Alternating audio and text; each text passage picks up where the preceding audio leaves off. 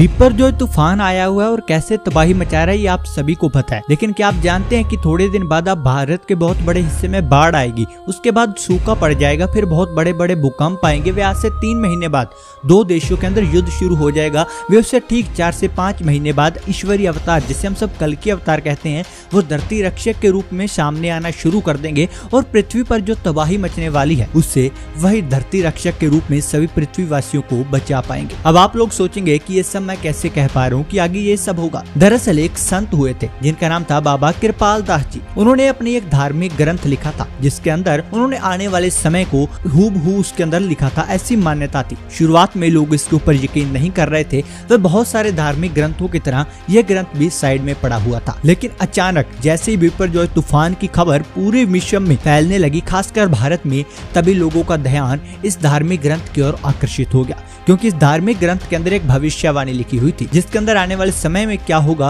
वो हूबहू लिखा हुआ था। और दोस्तों आज जब हम आपको वो चीज पढ़कर बताएंगे तो आप लोगों के भी होश उड़ जाएंगे किस प्रकार से बिपरजॉय तूफान का नाम स्पष्ट शब्दों में इस भविष्यवाणी के अंदर पहले ही लिखा हुआ था। वे आगे आने वाले 4 महीनों की भविष्यवाणी भी इस ग्रंथ के अंदर दर्ज करी हुई थी। तो इस वीडियो को पूरा अंत तक देखना। सो हेलो नमस्कार दोस्तों, स्वागत है आप सभी का। मेरा नाम है खुशदीप और आप देख रहे हैं KS फैक्ट यूट्यूब चैनल। तो चलिए वीडियो शुरू करते हैं। ज्येष्ठ माह के अंत दिनों में जब जब समुद्र से काल आएगा, बिपरजॉय का विप्र प्रधान पानी धरती हिलाएगा। स्पष्ट नाम बिपरजॉय तूफान का, लेकिन सांकेतिक भाषा में लिखा हुआ। आगे लिखा है, आई पानी के बाढ़ के बाद सूखा चारों ओर छाएगा, पानी की खातिर राजा लड़ लड़ मर जाएगा। समझ रहे हो ना आप इशारा? हमने पहले भी कहा था तीसरा विश्व युद्ध होगा, पानी के लिए होगा। वो इस ओर भी ये भविष्यवाणी इशारा कर रही है। आगे सुनिए, आगे लिखा है, ज्येष्ठ में बाढ़, भाद्रपद में सूखा, अश्विनी में धरती हिलाएगा, कार्तिक में जंग छिड़ेगी, आतंक मच जाएगा। हर महीने वाइज, पर मंथ वाइज इसके अंदर प्रेडिक्शन दी हुई है कि इस महीने में ये होगा। हिंदी भाषा के अंदर ये महीने लिखे हुए हैं कि ज्येष्ठ में क्या होगा, ज्येष्ठ में बाढ़ आएगी, भाद्रपद में सूखा आएगा, अश्विनी में धरती यानी कि भूकंप आएंगे और कार्तिक में जंग छिड़ जाएगी। जो वॉर की बात हम कर रहे थे उस और ये प्रेडिक्शन इशारा कर रही है। आगे सुनिए, आगे क्या लिखा। आगे लिखा है, खुद का दुश्मन खुद बने हो रे, इंसान मूर्ख जुद बने हो रे, हवा पानी मिट्टी सब में जहर फैलावेगा, इस दुनिया के अंत के खातिर अहंकार काल बन जावेगा। इस बात को अगर आप समझेंगे ना तो आपको पता चल जाएगा कि किस कदर दुनिया अपने अंत की ओर बढ़ रही है। शायद आप समझे नहीं, ध्यान से पढ़ना क्या लिखा है। खुद का दुश्मन खुद बने हो रे, इंसान खुद का दुश्मन खुद बन रहा है। प्रकृति उसे खत्म नहीं करेगी, वो खुद का दुश्मन खुद बन जाएगा। कैसे? इंसान मूर्ख जद बने हो रे, हवा पानी मिट्टी सब में जहर फैलावेगा। ये तो आप लोग समझ ही गए कैसे जहर फैला, लेकिन हवा में कौन सा जहर फैल रहा है? ये पोल्यूशन की बात नहीं हो रही दोस्तों यहाँ पर, ठीक है? यहाँ पर केमिकल वॉर की बात हो रही है, यहाँ पे बायोकेमिकल वॉर की बात हो रही है। आप गूगल पे सर्च करना क्या चीज होती है बायोकेमिकल वॉर, और बहुत सारे साइंटिस्ट ने इस तो इशारा भी करा है कि आने वाले समय में ऐसी चीजें सामने आएंगी। आगे सुनिए, आगे एक और लाइन बहुत खतरनाक लिखी है, इस दुनिया के अंत के खातिर अहंकार काल बन जावेगा। इंसान का अहंकार ही इस दुनिया के अंत का कारण बनेगा। दोस्तों हमने एक और भविष्यवाणी पढ़ी थी, उसके अंदर लिखा था कि अगर इस दुनिया का अंत होता है या बहुत बड़ी महाप्रलय आती है तो उसमें बहुत बड़ा योगदान इंसान का होगा, इंसान के अहंकार का होगा। और वही चीज इस भविष्यवाणी के अंदर भी हूबहू लिखी गई है। आगे सुनिए, आगे क्या लिखा। आगे लिखा है, मौत का डर, लाशों का हड़, जिंदा बचने की रड़ में धरती रक्षक ही काम आवेगा। कल्कि अवतार का नाम सुना होगा ना, असुर मूवी भी बनी है, कल्कि, ये आप तो बहुत फैमिलियर हो गए होंगे आप लोग इस वर्ड से।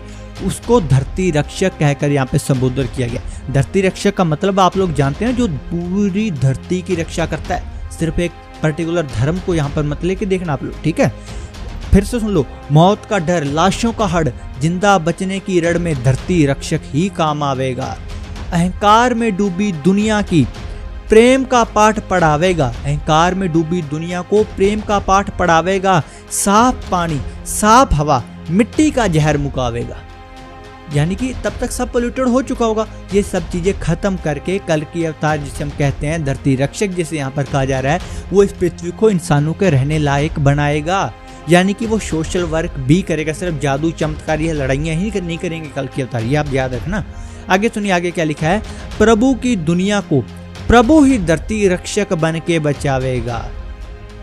ठीक है, ये जो ईश्वर ने दुनिया साजी है, ईश्वर स्वयं धरती रक्षक बन के इस पृथ्वी पर आएंगे और वही इस दुनिया को बचा पाएंगे। आगे सुनिए क्या लिखा है। लंबी दाढ़ी, सुंदर चेहरा, देखने वाला मनमोहित हो जाएगा। यहाँ पर धरती रक्षक की बात की जा रही है कि जिसे हम कल की अवतार कहते हैं, जिसे हम ईश्वरीय अवतार कहते हैं, जो माना जाता है कलयुग अंत में आएंगे। आखिर वो दिखते कैसे होंगे, उनका रूप रंग कैसा होगा, चेहरा कैसा होगा, उसकी पहचान बताई गई है। सुन लीजिए, लंबी दाढ़ी, सुंदर चेहरा, देखने वाला मनमोहित हो जाएगा। उसकी लंबी दाढ़ी होगी, चेहरा इतना सुंदर होगा कि देखने वाला मनमोहित हो जाएगा।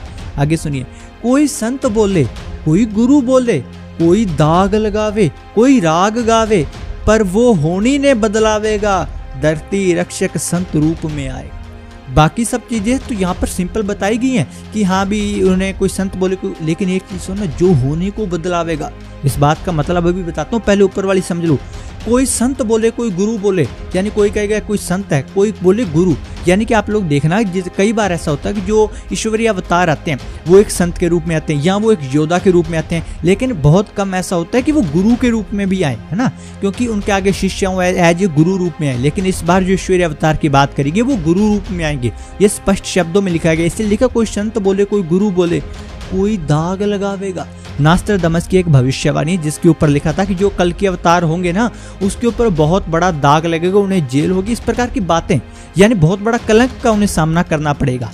और ये हर बार होता है, ये एक बार नहीं है। जब जब भी युग परिवर्तन होता है तब उस समय जो भी ईश्वरीय अवतार होते हैं उनके ऊपर बहुत बड़ा कलंक लगता ही लगता है।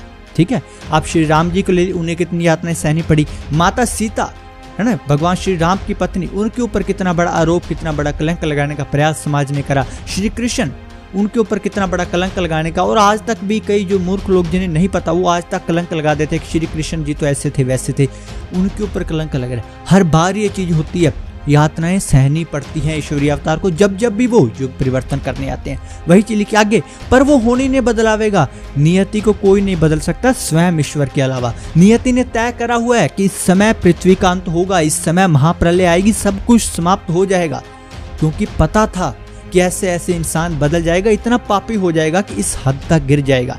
लेकिन वो होनी ने बदलावेगा, जो ईश्वरीय अवतार आएंगे, लोगों का मरना तय है। देखो ऐसा नहीं हो सकता कि कोई ना मरे, सिंपल डेथ रेट चलती है। प्रलय आएगी, बहुत भयंकर तबाही होगी, लेकिन बहुत सारे लोगों को ईश्वर से हम दुआ, ईश्वर से प्रार्थना भी करते हैं और वो जरूर बचा लेंगे।